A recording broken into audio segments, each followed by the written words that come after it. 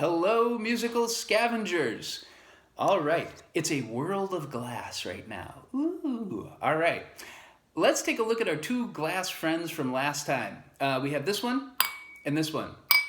All right, and I'm still using my plastic spoon to be safe as I hit the glass because I don't want anything to break or be dangerous. And we remember that they were a little bit differently pitched. So I'm going to keep this low one. And I'm going to take this one and I'm going to add water and see how that changes the pitch. Right now it's a little sharper.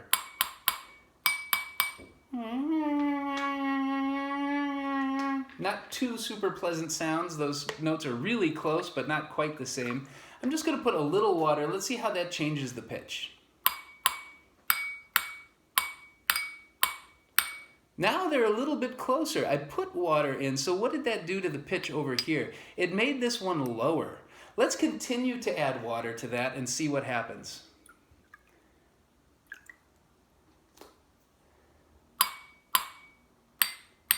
It got a lot lower. Now I have to move it over on this side without spilling everything.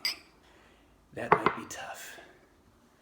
Okay. So this one now is much lower than that one. It started off higher, but after I added water, it got lower. But wait a minute, Mr. Shannon, when you had the pan flute and you were blowing into the bottles, the pitch, when you added water, the pitch got higher. Why is that? Because in that instrument, we were playing the air. The air was less, so the pitch was higher.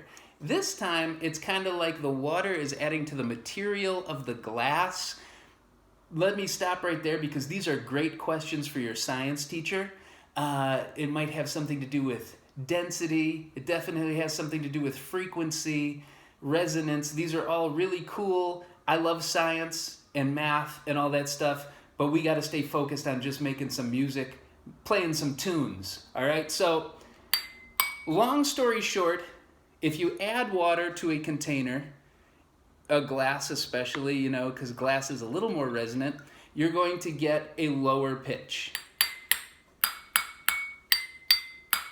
Let's see if we can get this one to be lower than the other one.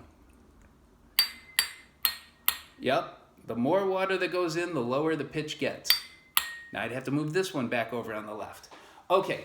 What we're going to do right now is I'm going to get rid of our first two glass friends from the last video. Goodbye, friends. And we're going to take a look at these ones. These are weirdly shaped water glasses.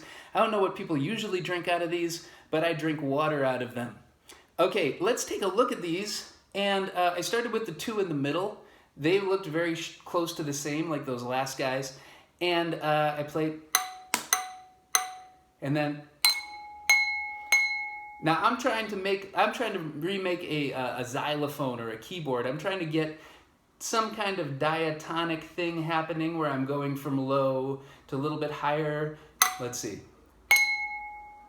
What would the next one? We got do, re, mi. That should be the next one. Okay. So we're getting this idea. We're putting it together. And then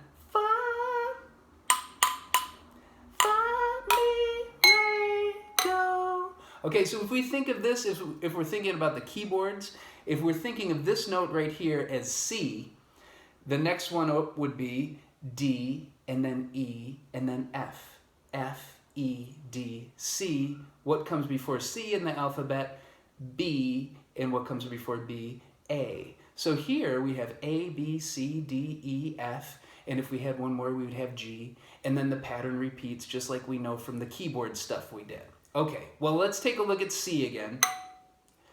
That's do. Let's go this way. Let's make sure that as we go this way, we're going down in pitch.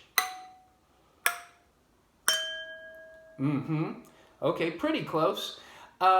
You'll see that these glasses are all different sizes, different water levels, so we're not getting like a really accurate thing like we did with the other water bottles. It's all dependent on the glass that they're made of and how much water's in them. But basically, you just got to play around with them and organize them from left to right, lowest to highest. Have fun with it because that's part of the fun.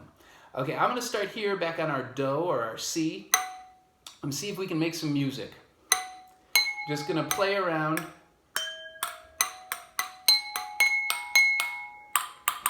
Might have to stand up for this. Let's see. It's hard to get a good sound out of this one.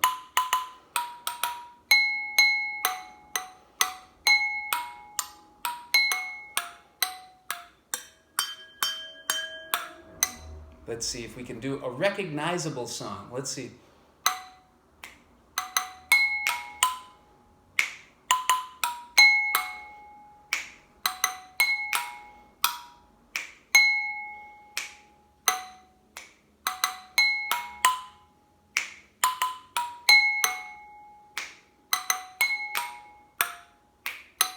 Okay, extra points for whoever can name that song as masterfully played by Mr. Shannon. Okay, let's continue to use this idea to make music and not noise.